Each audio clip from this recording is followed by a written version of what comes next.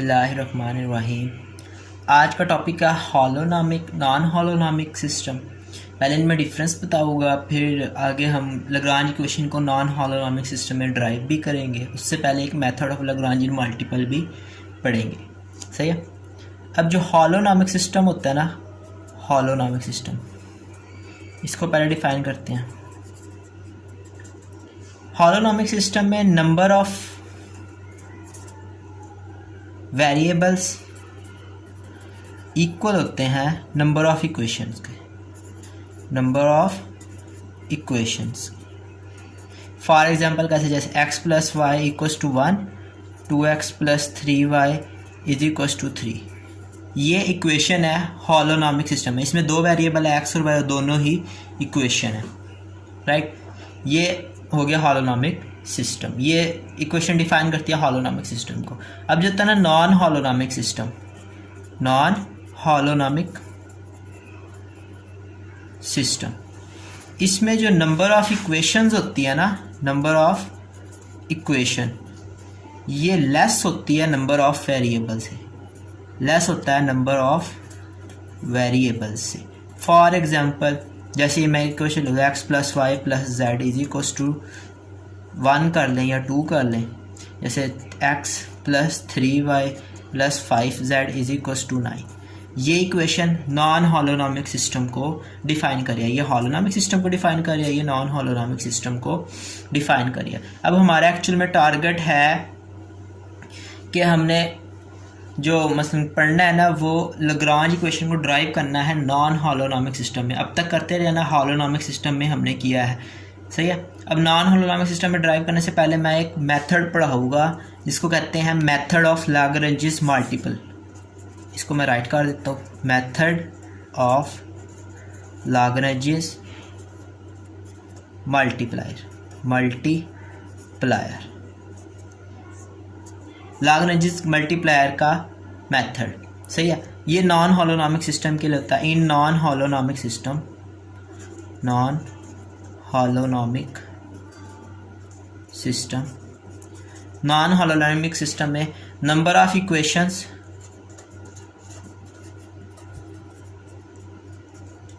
m के equal suppose कर लेते हैं एंड नंबर ऑफ वेरिएबल्स हम n के इक्वल सपोज कर लेते हैं, सही है। अब clearly m less than n होगा, क्योंकि नॉन हॉलोनॉमिक सिस्टम में नंबर ऑफ इक्वेशन लेस होती है नंबर ऑफ वेरिएबल्स से, सही है ना गाइस।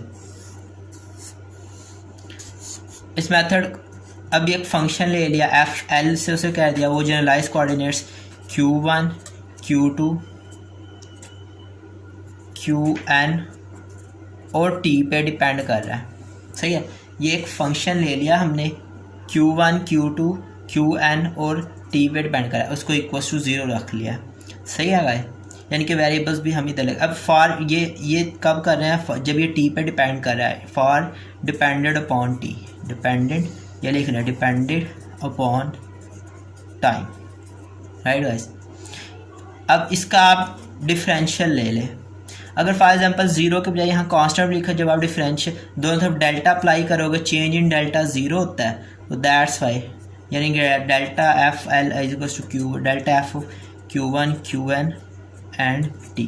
यहाँ तो डेल्टा c, उसका आंसर क्या आएगा, चेंज, ठीक है ना। Average rate of change of constant भी 0 होता है और इंस्टेंटेनियस रेट ऑफ चेंज भी कांस्टेंट का 0 होता है, सही ना। जैसे ये इक्वेशंस, ये F L q1 q2 qn, ये फैमिली ऑफ इक्वेशन को जनरलाइज कोऑर्डिनेट्स में शो कर रहा है। इसको इक्वल्स टू कांस्टेंट रख लो या 0 रख लो, कोई फ़र्क नहीं पड़ता। इसका जब आप डिफरेंशियल होगा वो भी इक्वल्स टू 0 आएगा और चेंज इन कांस्टेंट 0 होता है, इस वजह से दोनों केस में हमारा आंसर 0 ही आएगा।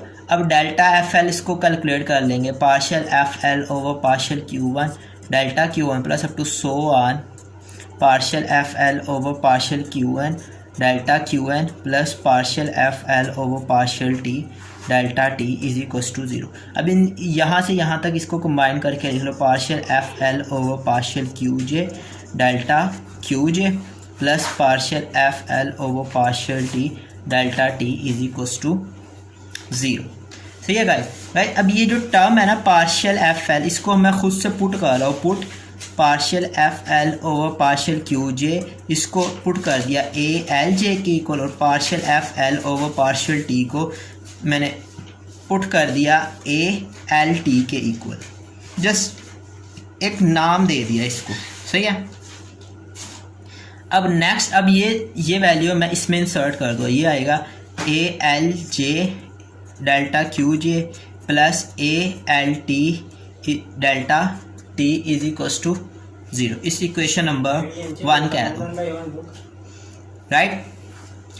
अब फॉर टाइम इंडिपेंडेंट, अब ये जो फंक्शन हमने लिया था ना, ये टाइम पर डिपेंड कर रहा था, यानी कि ये हमने रियोनॉमिक कॉन्स्टेंट्स में लिया हुआ था। अब हम स्लेरियोनॉमिक कॉन्स्टेंट्स में लेंगे for independent of time, independent of time, यानी कि हम स्लेरियोनॉमिक कॉन्स्टेंट्स में लेंगे। जो फंक्शन होगा इंडिपेंडेंट ऑफ टाइम होगा Q1 Q2 up to so on Qn के इक्वल होगा, और एक 0 कांस्टेंट लिख लो, 0 लिख लो, कोई फ़र्क नहीं पड़ता, मैं ऑलरेडी ये बात बता चुका। अब डेल्टा एफ एल अप्लाई कर दो, डेल्टा एफ एल अप्लाई करोगे, डेल्टा एफ एल आ जाएगा 0 is equals to delta f l partial F L over partial Q1 plus up to so on partial F L over partial Q1। यहाँ पे आएगा delta Q1, यहाँ पे आएगा delta Qn। इसको समअप करके मैं लिख रहा हूँ इसी स्टेप में ना, partial F L over partial Qj delta Qj।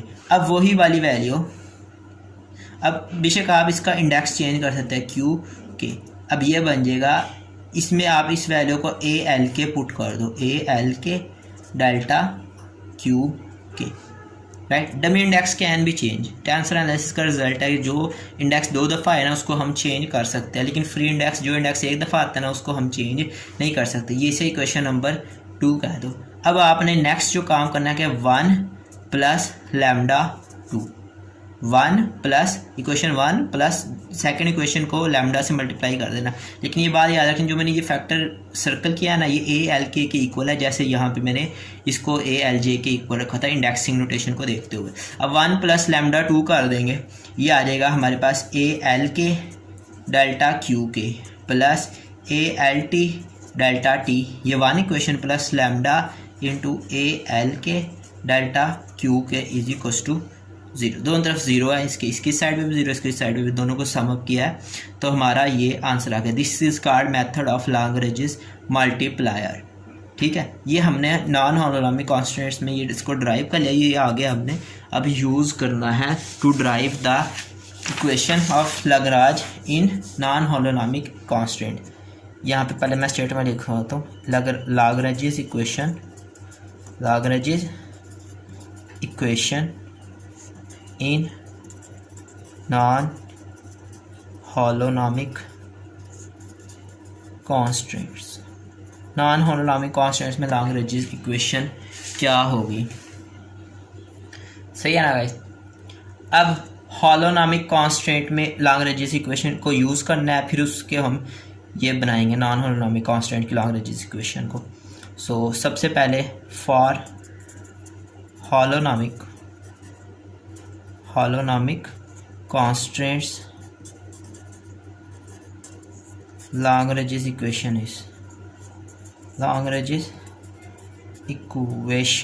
is वो इक्वल होती है d over D T partial l over partial q के डॉट कह दें, q j डॉट कह दें, कोई फ़र्क नहीं पड़ता, partial l over partial q के इज इक्वल टू 0, और k हमारे पास 1 से n तक होता है। ये q के डॉट ये सब जनरलाइज कोऑर्डिनेट्स हैं। अब मैंने इसको इंटीग्रेट कर दिया, integrating with respect to t, integrating with respect to t, ठीक है। इंटीग्रेट हम कर लेंगे, तो इंटीग्रेट कर लेना मैंने इसको t नॉट से t तक, यहाँ पे आएगा d over D T partial l over partial q के dot minus partial l over partial q के, इसमें आ जाएगा डी टी। दो इसका 0 को करोगे तो कोई फ़र्क नहीं पड़ेगा इंटीग्रेट करने से भी, सही है। अच्छा, पहले इंटीग्रेट करने के ना हमने एक स्टेप कर लेना है कि इसको हमने डेल्टा क्यू के से दोनों तरफ मल्टीप्लाई करेंगे, सही है। तो उससे इधर से 0 हो जाएगा, इधर फिर हमारा ये आ जाएगा। अब ये क्यों कर रहा है ये मैं आपको रीज़न इसकी बाद में बताऊँगा। अब ये माइनस पहले ले जो, माइनस एक बाहर निकाल लिया कॉमन, टी नॉट से टी, ये क्यों कर रहा है इसकी भी रीज़न मैं आपको बता दूंगा बाद में, प्रूफ करेंगे एंड में इजी हो जाएगा।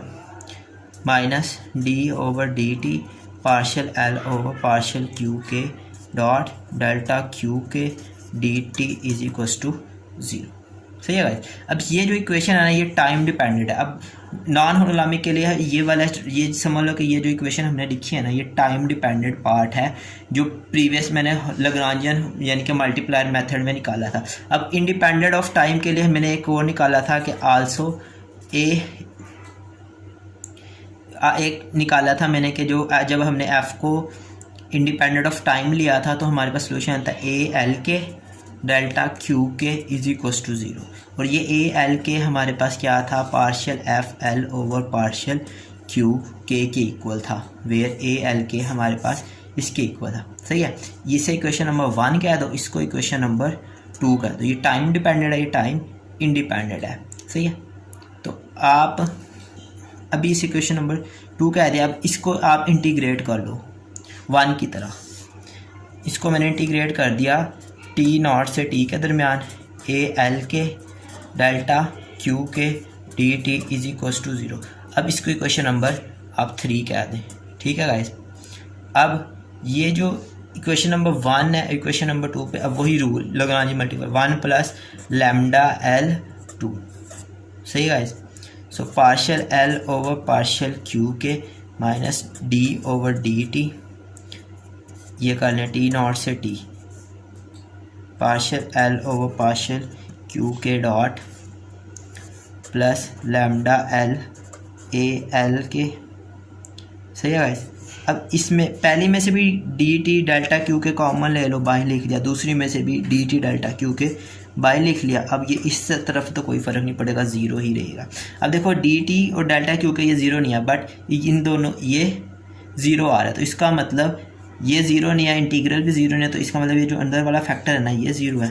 तो यहाँ से हमारे पास आ जाएगा पार्शियल क्यू के D over D T partial L over partial Q K dot plus lambda L A L K. Right guys. अब इक्वल्स टू 0। अब इसको उठा के इधर ले जाएं, A L K lambda L D over D T partial L over partial Q K dot minus partial L over partial Q K. This is the Lagrange equation for non holonomic system. जब मैंने इसको define किया था ना शुरू के पहले lecture में, तो मैंने कहा था कि जो इक्वेशन होती है ना x square plus y square equals to a square, तो ये तो हो जाती है होलोनॉमिक सिस्टम के लिए। तो ये जो इक्वेशन होती है एक्स स्क्वायर प्लस वाई से या तो ग्रेटर देन ए स्क्वायर होगा या लेस देन ए स्क्वायर होगा, तो ये होती है नॉन होलोनॉमिक सिस्टम के लिए। यहाँ भी देख लें क्या लाग्रांज इक्वेशन की वैल्यू मसलन कि इस साइड पर जो हो रहा है ये 0 से बड़ा आ रहा है। सही है ना, यानी कि लाग्रांज इक्वेशन या 0 से ग्रेटर होगी या 0 से लेस होगी, 0 के इक्वल नहीं होगी। सही है ना, यही नॉन होलोनॉमिक सिस्टम की शुरू में डेफिनेशन भी की थी और आज ये लाग्रांज इक्वेशन को हमने प्रूफ भी कर दिया।